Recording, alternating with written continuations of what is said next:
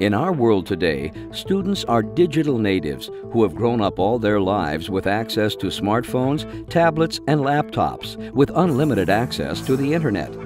Yet when they enter our schools, they find a 20th century classroom with a whiteboard, overhead projector, and old computers that they have to share with 10 to 12 other students.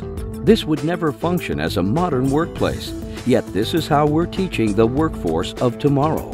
What we're seeing now is we're seeing students, many of our students, coming from homes in which they're connected 24/7, in which they walk around with some type of a mobile device, in which they have multiple computers at home, both desktops and laptops.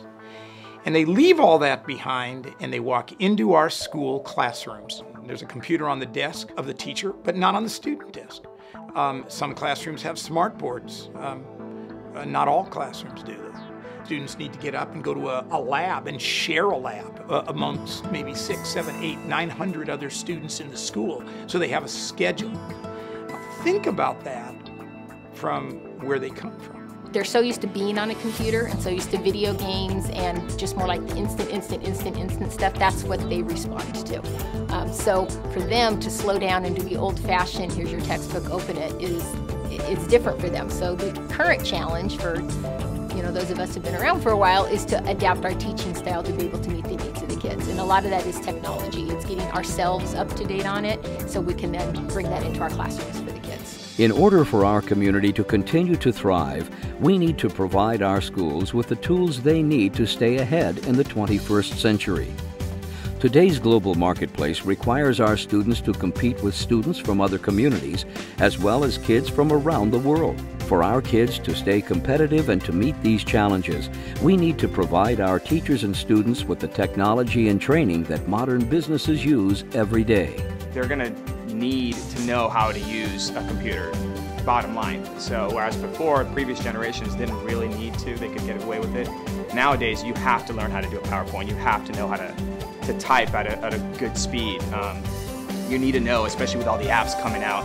And when you go on to the business world, you're going to need to know how to do a spreadsheet and how to build a resume and all that stuff. So if they don't get that in the classroom, then they're going to fall behind. They're expected to use computers once they get to the upper grades, and they're going to have to write reports and present multimedia presentations, and this exposes them to it now. Anytime we can bring technology into the classroom and allow students to work with the materials that they're so used to at home, because these kids have iPads at home and they're using their parents' smartphones or their own smartphones.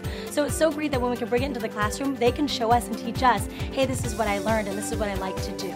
So the technology opens the doors and allows the kids to see what they use at home, bring it into the classroom, and expand on their knowledge. A 21st century education will teach not only reading, writing, and mathematics, but also focus on critical thinking, communication, collaboration, and creativity. In addition, the new assessments by which our students are being judged require computer and internet access, just like many college assessments. We need to start preparing our schools and students for the future now. If we integrate technology the correct way, and we put it in where we're using the book and then we're expanding with technology, we make that happy medium.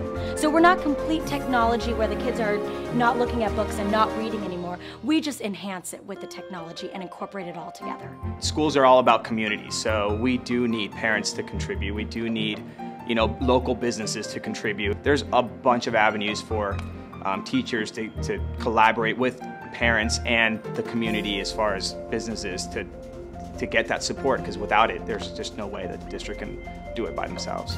Fountain Valley School District's emblem is a lighthouse because it has always drawn families to the community who want the best education for their children. We need everyone's help to ensure that Fountain Valley continues to be a great place to live and learn, to make sure that our community stands as a beacon for what the future of education could and should be, and a shining example of how to mold the future citizens of the world.